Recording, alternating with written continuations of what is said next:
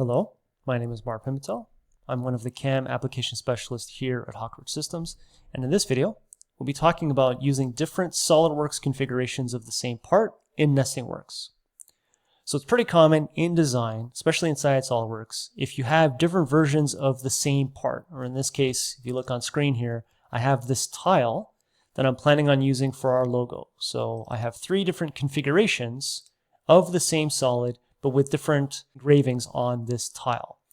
But it's all in one SolidWorks part file. If I were to run this into a nesting job, it would only list one solid on that screen, and that's not what I'm looking for. I need to have the 3 different versions of this part in my nested assembly.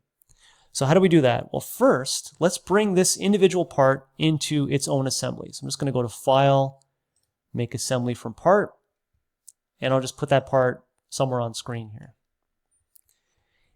Because we're looking at 3 different versions of the same part, let me just copy that part over here.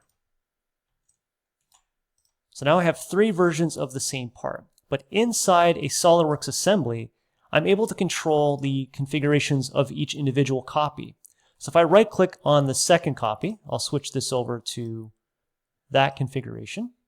And then for the third copy, I'll do the same thing. I'll set it up to the third configuration. So now I have all 3 versions or configurations of the same solid in this assembly. And as we've seen before, in NestingWorks, I can nest from an assembly. These don't need to be mated. They're not even on the same plane.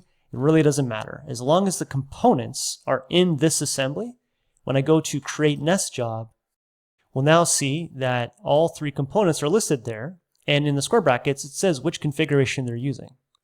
But this basically means that NestingWorks understands that those are 3 different solids. So when I click on Add and I go to create the nested job, I have my 3 individual solids. Because this is part of a package deal, maybe I'll just set the quantity for the nested assembly at 10. Sheet data, I'll just add my sheets. For the individual parts here, I'm just going to set it to 90 degrees because these are square angles.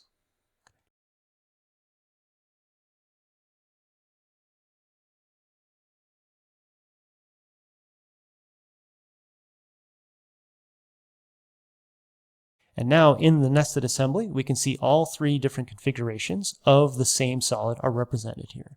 So we start off with an assembly where we have 3 copies of the original file. We toggle each copy to the representative configuration. And then from that assembly, we can go directly into NestingWorks. Any questions on this or anything else, give us a call at the phone number found on our website. Please like and subscribe to our YouTube channel and stay tuned to the YouTube channel for more videos. Thanks for watching.